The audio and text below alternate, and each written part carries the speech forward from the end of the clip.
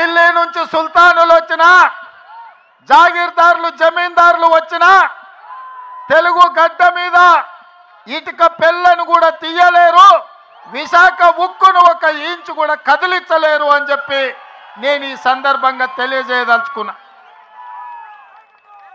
ఆనాడు కురుక్షేత్రం జరిగేటప్పుడు కౌరవులు పాండవులు వేరు వేరు, వాళ్ళ మధ్యలో సమస్యలు వచ్చినప్పుడు పోరాటం వేరు.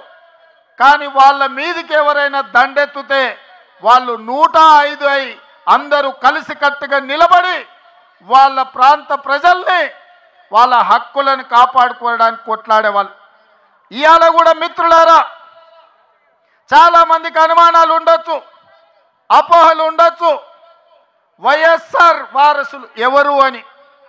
నేను ఇవాళ ఒక్క మాట చెప్పదలుచుకున్న మిత్రులారా, వైఎస్ఆర్ సంకల్పాన్ని నిలబెట్టేటోళ్ళే వైఎస్ఆర్ వారసులు అవుతారు తప్ప వైఎస్ఆర్ ఆశయాలకు వ్యతిరేకంగా, వైఎస్ఆర్ గారి యొక్క ఆఖరి కోరికకు వ్యతిరేకంగా మాట్లాడే వాళ్ళు ఏ రకంగా వైఎస్ఆర్ వారసులు అవుతారో మీరు ఒక్కసారి ఆలోచన చెయ్యండి.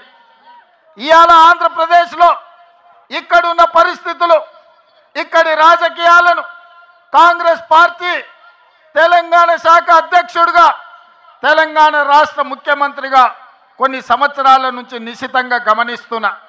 ఈ ప్రాంతానికి ఇక్కడ పాలించే నాయకులుగా మేము కావాలనుకుంటున్నారు, కానీ ప్రశ్నించే గొంతులు ఎవరి ప్రాంతంలో లేరు. ఎందుకంటే ప్రశ్నించే గొంతులు ఉన్నప్పుడే పాలకులు మన మాట వింటారు. ఢిల్లీలో ఉన్న మోడీ ఇవాళ ఈ ప్రాంతం మీద ఆధిపత్యం చెలాయించాలనుకుంటున్నాడంటే ఈ ప్రాంతం నుంచి మోడీని ప్రశ్నించే వాళ్ళు లేకపోవడం వల్లనే ఇవాళ మీ హక్కుల గురించి ఎవరు మాట్లాడతలేరు.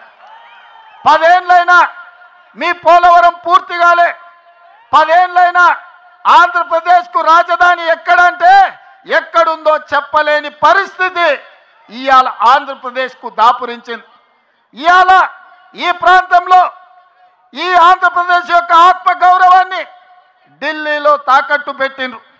ఆనాడు ఈ తెలుగు రాజకీయాల నుంచి, ఈ తెలుగు నేల నుంచి నీలం సంజీవారెడ్డి గారు కావచ్చు, పివి నరసింహారావు గారు కావచ్చు, ఆ తర్వాతి తరంలో మనకు ఎన్టీఆర్ కావచ్చు, డాక్టర్ వైఎస్ఆర్ కావచ్చు, ఆ తర్వాత జైపాల్ రెడ్డి గారు కావచ్చు, వెంకయ్య నాయుడు గారు కావచ్చు, ఈ ప్రాంతం నుంచి తెలుగు రాష్ట్రాల నుంచి తెలంగాణ ఆంధ్రప్రదేశ్ ప్రాంతాల నుంచి గల్లీ నుంచి ఢిల్లీ వరకు